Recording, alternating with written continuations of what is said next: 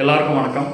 யூஸ்வலாக இப்போ நம்ம படம் பார்த்துட்டு படம் முடிச்சுட்டு வெளியில் வரும்போது என்ன சொல்லுவோம், இந்த படத்தோட இன்டர்வல் செமையாக இருந்தது, கூஸ் பம்ப்ஸாக இருந்தது, கிளைமேக்ஸ்லாம் அந்த 10 நிமிஷம் வேறு லெவலில் இருந்தது, ஹீரோ இன்ட்ரொடக்ஷன் பார்த்திங்கன்னா அப்படியே செம கூஸ் பம்ப்ஸாக இருந்தது அப்படின்னு சொல்லிட்டு நம்ம நிறைய படத்தை பற்றி நம்ம நல்லா பாசிட்டிவாக கமெண்ட் பண்ணிகிட்டே வந்துட்டுருப்போம். பட் ஒரு படத்துடைய டைட்டில் கார்டிலேருந்து கிளைமேக்ஸ் என் கார்டு வரைக்கும் த்ரூ அவுட் த மூவி கூஸ் பம்ப்ஸ்னால் அது கண்டிப்பாக தமிழில் படையப்பான்னு சொல்லிட்டு நம்ம ஆணித்தரமாக சொல்லலாம். 25 வருஷத்துக்கு முன்னாடி வந்த படம், இத்தனைக்கும் நம்ம ஃபஸ்ட் டைம் ரிலீஸ் ஆகும்போதே நிறைய வாட்டி போய் தியேட்டரில் பார்த்துருப்போம். எப்போல்லாம் டிவியில் போட்டாலும் உட்காந்து நம்ம பார்த்துட்ருப்போம். ஒவ்வொரு டைலாகும் நமக்கு என்னென்னு தெரியும், அடுத்த சீன் என்ன வரப்போகுதுன்னு தெரியும், ஒவ்வொரு பாட்டோடைய லிரிக்ஸு, அதோடைய ஸ்டைல், அதெல்லாம் நம்ம நிறைய வாட்டி நம்மளே ஆக்ட் பண்ணி சின்ன வயசுலாம் பார்த்துருப்போம். பட் இத்தனை வாட்டி பார்த்து இத்தனை வாட்டி ரசித்தும் இப்போ இந்த வாட்டி இந்த படையப்பா ரீரிலீஸ் ஆகும்போது தியேட்டரில் போய் உட்காரும்போது இந்த ஸ்டார்டிங்லேருந்து எண்டிங் வரைக்கும் அப்படியே ஒரு ஃப்ரெஷ்ஷான ஒரு மூவியாக இன்னும் கூட அந்த படம் அப்படியே இருக்குது. அதுக்கு தான் சினிமாவுக்கு ஒரு அழிவே இல்லை அப்படின்னு சொல்கிறதுக்கு இந்த படம் ஒரு பெரிய எடுத்துக்காட்டு. தமிழில் ஒரு கம்ப்ளீட் கமர்ஷியல் பேக்கேஜ் படம் அப்படின்னா அது கண்டிப்பாக நம்ம படையப்பான்னு சொல்லலாம். ஏன்னா அந்த படத்தில் எல்லா எலிமெண்ட்ஸுமே இருக்குது. ஃபைட் இருக்குது, காமெடி இருக்குது, சென்டிமெண்ட்ஸ்க்கு சூப்பர்பான அப்படியே ரியலிஸ்டிக் சென்டிமெண்ட்ஸ் இருக்குது, அப்புறம் ஒரு கதைக்களம் இருக்குது, நிறைய மெசேஜஸ் இருக்குது. என்ன இந்த படத்தில் இல்லைன்னு நம்ம எதுவுமே தேடவே முடியாது. அந்த மாதிரி ஒரு 3 hours மூவியாக இருந்தாலும் அவ்வளோ இன்ட்ரெஸ்டிங்காக இருக்கிற படம் தான் படையப்பா. ஸோ அந்த படத்தோடைய ரீரிலீஸ் எக்ஸ்பீரியன்ஸ் எப்படி இருந்ததுன்னு சொல்லிட்டு இந்த வீடியோவில் நம்ம பார்க்கலாம். அதுக்கு முன்னாடி சேனலை சப்ஸ்கிரைப் பண்ணாதவங்க சப்ஸ்கிரைப் பண்ணுங்கள். இந்த வீடியோ உங்களுக்கு பிடிச்சிருந்தா உங்கள் ஃப்ரெண்ட்ஸ் அண்ட் ஃபேமிலிக்கு ஷேர் பண்ணுங்கள்.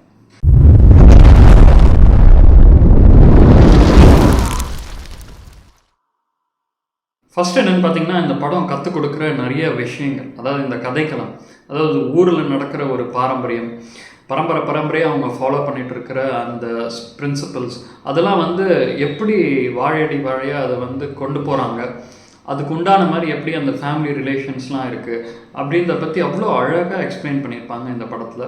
அதாவது ரிலேஷனுக்குள்ளே என்னென்ன பிரச்சனை வருது, அதை எப்படி சால்வ் பண்ணணும், அதுக்கு நடுவில் வர சின்ன மெசேஜஸ், அப்புறம் அப்பா அம்மா சொல்கிறத மீறாத பசங்க, அதுக்கப்புறம் அந்த ஃபேமிலி அண்ணன் தம்பிக்குள்ளே பகை வந்தாலும் அதை எப்படி விட்டு கொடுக்குறாங்க பெரிய மனுஷன் மாதிரி, அந்த மாதிரி ஒரு கதை சீக்வன்ஸ் ஆகட்டும். அதுக்கப்புறம் உண்மையான லவ்லாம் என்ன தான் போலியாக பணம் கொடுத்து வாங்கினாலும் அந்த உண்மையான அன்பு கிடைக்காதுன்ற மாதிரி அந்த மாதிரி விஷயங்கள் ஆகட்டும். இந்த மாதிரி நிறைய ஃபேமிலி ரிலேட்டட் விஷயங்களை அவ்வளோ அழகாக ஒரு கதையில் ஒரு படமாக கொண்டு வெளிவச்சது ஒரு பெரிய விஷயம். அதுக்கப்புறம் மேஜர் ஹைலைட் நம்ம சொல்லவே தேவையில்ல, இந்த படத்துடைய காஸ்டிங். ஸோ இப்போ நம்ம தலைவர் சூப்பர் ஸ்டார் ரஜினிகாந்த் 75 வயசு, அப்போ ஒரு 50 years இருக்கும். ஸோ அந்த ஏஜில் என்ன ஒரு எனர்ஜி, என்ன ஒரு ஸ்வாகு, என்ன ஒரு டைலாக் டெலிவரி, அது மட்டும் இல்லை என்ன ஒரு இமோஷன்ஸ். அவங்க தங்கச்சிக்கிட்ட பேசிகிட்டு இருக்கும்போது உனக்கு பெரிய இடத்துல மாப்பிள்ளை பார்க்குறேன் அப்படி இப்படின்னு பேசிகிட்டே இருப்பார் சிரிச்சுனே, பட் உனக்கு பிடிச்ச மாப்பிள்ளையாக பார்க்குறேன்ற போது அழுவார். ஸோ அந்த சீன் ஆகட்டும். அப்புறம் என்ன தான் சௌந்தர்யா மேலே ஆசைப்பட்டாலும் அவங்க அம்மா இந்த கல்யாணத்துக்கு உனக்கு ஓகே அப்படின்னு நீலாம்பரியோடன்னு சொல்லும்போது அந்த அந்த சோகத்திலேயே அவர் சரி நான் ஓகே அப்படின்னு சொல்லிட்டு அந்த சம்மதிக்கிற சீன் ஆகட்டும், அதெல்லாம் இமோஷ்னல் ஆஸ்பெக்ட்ஸ் ஆஃப் ரஜினி அவ்வளோ துல்லியமாக 50 years சூப்பராக பண்ணியிருப்பாரு. அது மட்டும் இல்லை, ஒவ்வொரு பஞ்ச் டைலாக் டெலிவரியும் அந்த சைடில் போயிட்டு என் வழி தனி வழின்னு சொல்கிறதாகட்டும். ஒரு சீனில் பிள்ளைங்க வேணால் பெற்றவங்களை மறந்துடலாம், ஆனால் பெற்றவங்க பிள்ளைங்களை மறக்க மாட்டாங்கன்னு சொல்லிட்டு அந்த சிகரெட் அப்படி கீழே அது எப்படி தான் கரெக்டாக அப்படி வாயில் உட்காருதுன்னு சொல்லிட்டு எட்ரா வண்டின்னு சொல்லிட்டு அந்த சீன் ஆகட்டும், அதெல்லாம் நம்ம டெய்லியும் 24 hours பார்த்தா கூட சலிக்காத சீன்கள். ஸோ அந்த அளவுக்கு ஒரு எனர்ஜியை கொடுத்துருக்கிறது கண்டிப்பாக நம்ம சூப்பர் ஸ்டார் ரஜினிகாந்த். இந்த படத்துடைய மெயின் ஷோல்டர், இந்த படத்தை ஃபஸ்ட்லேருந்து எண்டு வரைக்கும் ஒரு சீன் விடாமல் கேரி பண்ணது நம்ம தலைவர்னு சொல்லிட்டு அடித்து சொல்லலாம் இந்த படத்துக்கு. அதுக்கப்புறம் இந்த படத்துடைய மெயின் ஹைலைட், நீலாம்பரினா யாருன்னு அப்படி இந்த உலகத்துக்கே காமிச்சு ரம்யா கிருஷ்ணனுக்கு அவ்வளோ ஒரு ஃபேம் கொடுத்த அந்த கேரக்டர் நீலாம்பரி. என்ன மாதிரி ஒரு ஆக்டிங் தான். அந்த ஃபர்ஸ்ட் இறங்குற சீன்லேருந்து அந்த ஆட்டிடியூட், அந்த மின்சார கண்ணால் அவங்களுடைய டான்ஸ், அதுக்கப்புறம் அந்த கோவமாக உடச்சி எறிகிறம்போது அந்த சீன்லாம் நம்ம நேரில் பார்க்கும்போது ஐயோ என்னடா டெரராக இருக்காங்களேன்ற மாதிரி பெரிய ஸ்க்ரீனில் பார்க்கும்போது அவ்வளோ ஒரு துல்லியமான ஒரு ஆக்டிங். அந்த பழி வாங்குகிற குணமாக இருந்தாலும் அது என்ன ஒரு ஆட்டிடியூடோட இவ்வளோ பெரிய ஸ்டாருக்கு நம்ம ஒரு வில்லனாக இருக்கும்போது என்ன ஒரு ஆக்டிங் கொண்டு வரணுன்றதை பர்ஃபெக்டாக கொண்டு வந்திருக்காங்க ரம்யா கிருஷ்ணன். ஸோ இந்த படம் அவங்க கெரியர் படையப்பாக்கு பின்ற மாதிரி அவ்வளோ ஒரு ஃபேம், அவங்களுடைய டேலண்ட்டை அவ்வளோ அழகாக எக்ஸ்ப்ரெஸ் பண்ண ஒரு படமாக இது இருந்திருக்கு. அதனால் அவங்களுடைய கேரக்டரும் one of the main pillars இந்த படத்தில் அப்படின்னு சொல்லலாம். மற்ற காசுனா கூட கண்டிப்பாக சொல்லி ஆகணும். சிவாஜி கணேசன், லக்ஷ்மி, மணிவண்ணன், சௌந்தர்யா, அவங்க அம்மா, அந்த கேரக்டர், அதுக்கப்புறம் அவங்க அண்ணன்கள், எல்லா கேரக்டருமே வந்து பர்ஃபெக்டாக இருக்கும். எனக்கு ரொம்ப பிடிச்சது வந்து ரமேஷ் கிருஷ்ணா, செந்தில், அவங்க 2 பேரும் எவ்வளோ யதார்த்தமாக கூடவே கடைசி பொண்ணுக்கு பர்த்டே வரைக்கும் கூடவே இருந்துட்டு ஜாலியாக ஒரு ஃப்ரெண்ட்ஸாகவே இருப்பாங்க. ஸோ அந்த மாதிரிலாம் கண்டிப்பாக இந்த காலத்து படம்லாம் அந்த மாதிரி ஒரு கேரக்டரும் பார்க்க முடியாது. இவ்வளோ ஒரு யதார்த்தத்தோட கூடவே இருக்கிற அந்த குரூப்பு, அதெல்லாம் சான்ஸே இல்லை. அவ்வளோ அழகாக எல்லா காஸ்டியூம் அவ்வளோ அழகாக எல்லாருமே அவங்களுக்கு கொடுத்த ரோலில் பர்ஃபெக்ஷனோட பண்ணியிருக்காங்கன்னு சொல்லலாம். அப்புறம் இந்த படத்துடைய இன்னொன்று மெயின் ஹீரோ யாருன்னு சொல்லணும்னா நம்ம கண்டிப்பாக music director A R Rahman. First scene அந்த பாம்பு புத்துக்குள்ளே கையை விட்டு எடுக்கும் போது அந்த பேக்ரவுண்ட் மியூசிக் அதை கேட்டாலே இன்னும் கூட நமக்கு கூஸ்பம்ஸ் வரும்.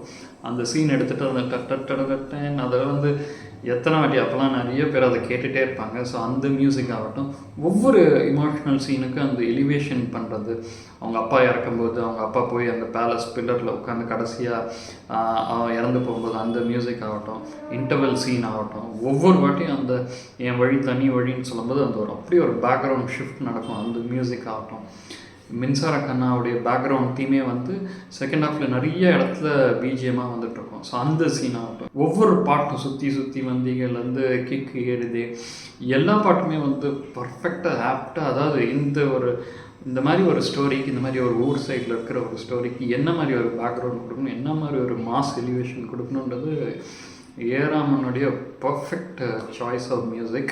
அதுக்கப்புறம் என்ன சொல்லணும்னா, சில சீன்ஸ்லாம் வந்து தமிழ் சினிமாலேயே என்றுமே மாறாத சீன்ஸ்லாம் சில சீன் படம் அமைஞ்சிருக்கு. அதாவது ஊஞ்சல் சீன் ஆகட்டும், போய் என் மருமகளை கூட்டிகிட்டு வானோன்னா அந்த கூஸ் பம்ஸாக இருக்கும் அந்த சீனை.